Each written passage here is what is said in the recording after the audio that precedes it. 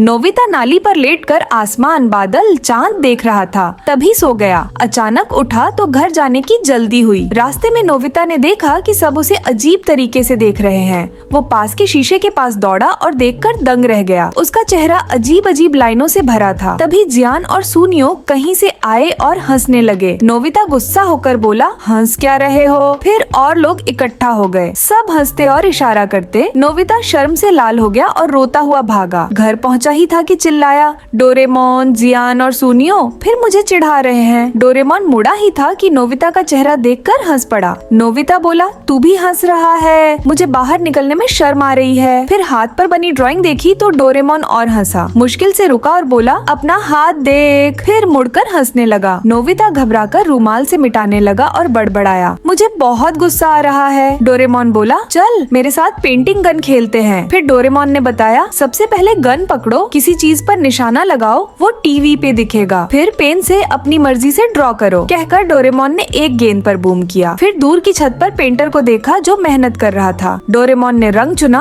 और बूम, आधी छत रंग गई। पेंटर डर गया और इधर उधर देखने लगा। अब नोबिता की बारी। वो बहुत अच्छा निशाना लगा रहा था। डोरेमोन बोला, वाह नोबिता, एक भी मिस नहीं। इधर जियान और सुनियो पड़ोसी की दीवार पर गंदी ड्राइंग बना रहे थे ताकि मुफ्त का खाना मिले। सुनियो ने रुमाल निकाला और जियान के साथ दरवाजा खटखटाया। आंटी आई तो सुनियो बोला, आंटी आपके गेट पर गंदी ड्राइंग है, हम साफ कर दें? फिर दोनों खुशी खुशी साफ करने लगे। आंटी केक लेकर आई और धन्यवाद दिया। सुनियो खुश होकर बोला, बिल्कुल प्लान के मुताबिक। पास में डोरेमोन और नोबिता सब देख रहे थे। नोबिता गुस्से में गन उठाया और दीवार पर बूम बूम बूम। अब जियान और सुनियो को बहुत साफ करना पड़ा। नोबिता ने और भी ड्राइंग बनाई। तभी पीछे से शिजुका रोते हुए आई। बोली, मदद करो, मेरा कबूतर उड़ गया। दोनों ने जल्दी से मदद की। खाली जगह पर शिजुका ने अपना कबूतर ऊंची डाल पर देखा। नीचे बिल्ली छिपी थी। नोबिता ने गन से कबूतर पर बूम किया। कबूतर बाज बन गया। आंखें तेज, पंख बड़े। बिल्ली डर कर भागी। शिजुका दौड़ी तो कबूतर फिर छोटा हो गया। शिजुका बोली, थैंक यू, तुम दोनों की वजह से मिला। नोबिता खुश, गाल लाल। शिजुका ने पूछा, ये क्या है हाथ में? इधर जियान और सुनियो थककर साफ कर चुके थे, भूखे थे, केक खाया और शिकायत कर रहे थे। तभी आसमान पर बादलों में ड्राइंग दिखी। सब हैरान, आंखें गोल, मुंह खुला। दरअसल नोबिता, डोरेमोन और शिजुका पुराने पेड़ पर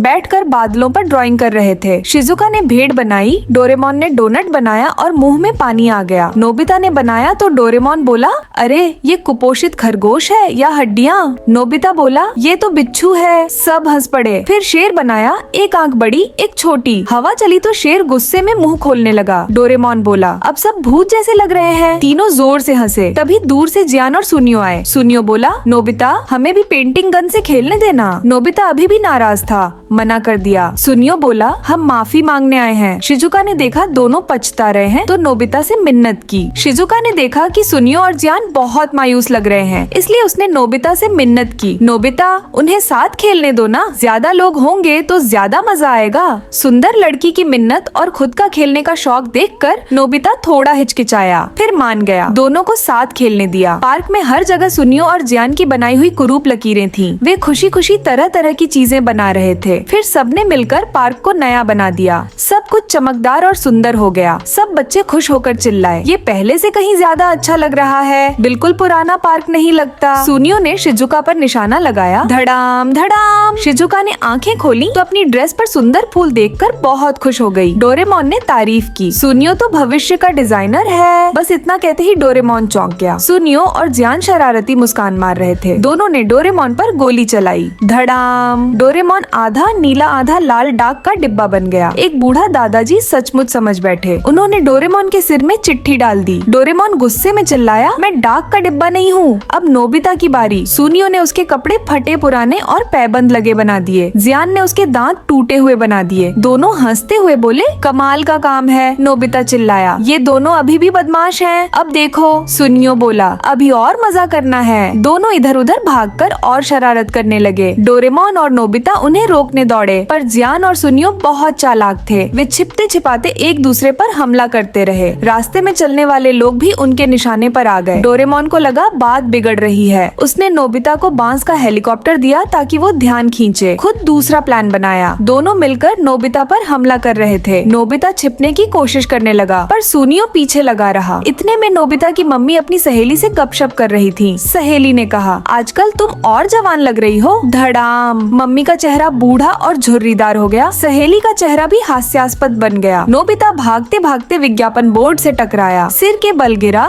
बहुत दर्द हुआ। जियान और सुनियो मौका देखकर दौड़े। नोबिता पर निशाना साधा गोली चलाने वाले थे। अचानक डोरेमोन डाक के डिब्बे से निकला और चिल्लाया, ऐसा मत करो। दोनों डरकर इधर उधर देखने लगे। तभी डोरेमोन ने गोली चलाई। धड़ाम। जियान और सुनियो नीली आंखें लाल मुंह वाली लड़कियां बन गए। बहुत मजेदार लग रहे थे, पर जियान ने हार नहीं मानी। डोरेमोन और नोबिता जैसे ही मिले, उसने और अजीब स्टाइल में गोली चला दी। अब कोई भागना नहीं चाहता था। दोनों तरफ के बच्चे लड़ाई करने लगे। सुबह से शाम तक चीखें चिल्लाएं होती रहीं। आखिर चारों थककर हांफने लगे। एक दूसरे को देखा तो हंस पड़े। सबका रूप बहुत अजीब था। फिर चौंक गए। चारों तरफ लोग कुरूप चित्रों से भरे थे। सारी गलियां रास्ते लकीरों से पटे थे। सबको अपनी गलती समझ आई। सब चिल्लाए, सॉरी सबको। फिर भाग खड़े हुए।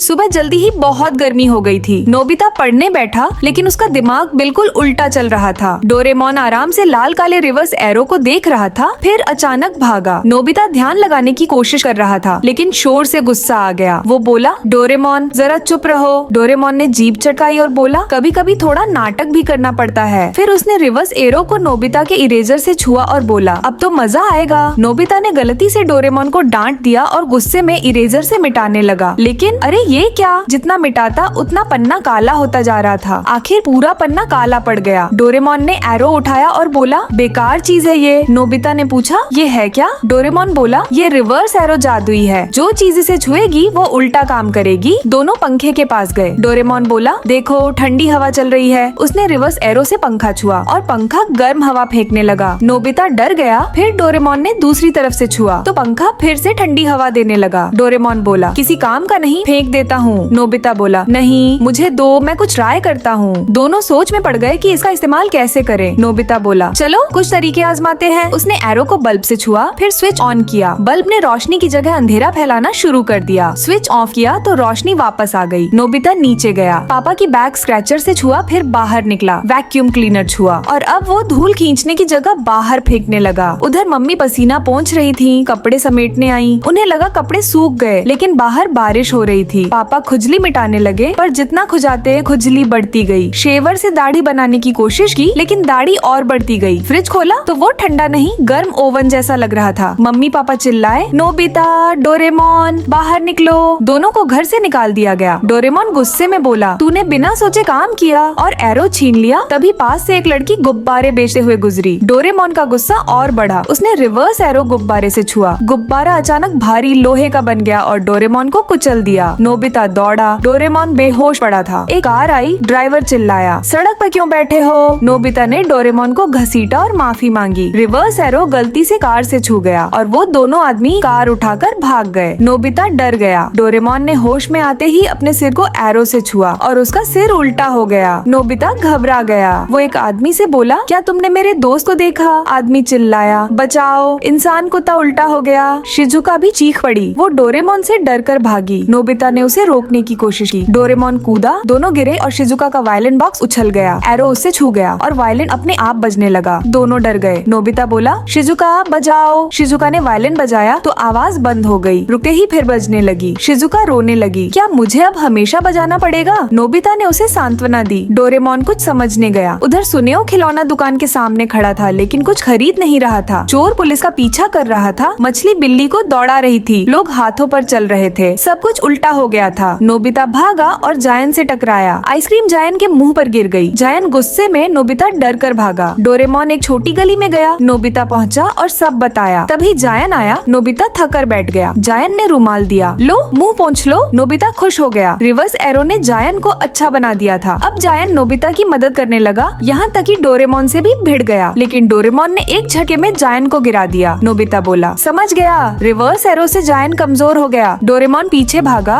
नोबिता घर की ओर दौड़ा, कमरे में पहुंचा, लाइट ऑन की और अंधेरा हो गया। डोरेमोन ठोकर खाकर गिर गया। नोबिता ने एरो उठाया, पलटा और डोरेमोन के सिर से छुआ। सब ठीक हो गया। आखिर सब सामान्य हुआ। दोनों थके हारे घर लौटे। मम्मी ने पूछा, होमवर्क किया? नोबिता डर गया। नहीं। डोरेमोन ने रिवर्स एरो देखा और मुस्कुराया। उसने काले सिरे से नोबिता को छुआ और अचानक नोबिता बहुत होशियार बन गया। वो झटपट होमवर्क पूरा करने लगा। डोरेमोन बोला, आखिरकार बेकार चीज का भी काम निकल ही आया।